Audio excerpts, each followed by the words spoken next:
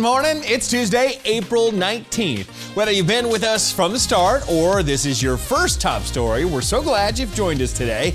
And we'd love for you to try out the full World Watch show. We'll warn you, it's also habit forming. Among other things, we'll check in on the restoration of Notre Dame, 2 years after the fire nearly destroyed the historic cathedral. And Kayla Bailey saw firsthand the work God is doing through a church that has also some high ceilings of its own, although quite different. Now, this is Top Story. It's Evans Chebet crossing the finish line to win Monday's Boston Marathon, and Perez Jepchirchir winning the women's division, both from Kenya. This historic race has been held on Patriots Day since 1897, starting just a few years after the governor of Massachusetts declared it a holiday.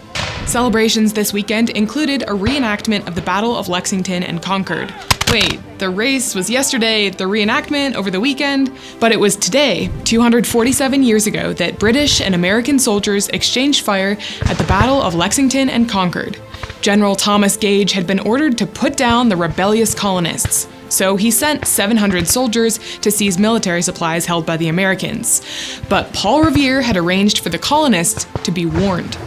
He and other riders spread word that the British were on the move. Ready to ride and spread the alarm through every Middlesex village and farm, for the country folk to be up and to arm. The British were met by 70 American Minutemen at the Lexington Village Green. By the rude bridge that arched the flood, their flag to April's breeze unfurled. Here once the embattled farmers stood and fired the shot heard round the world.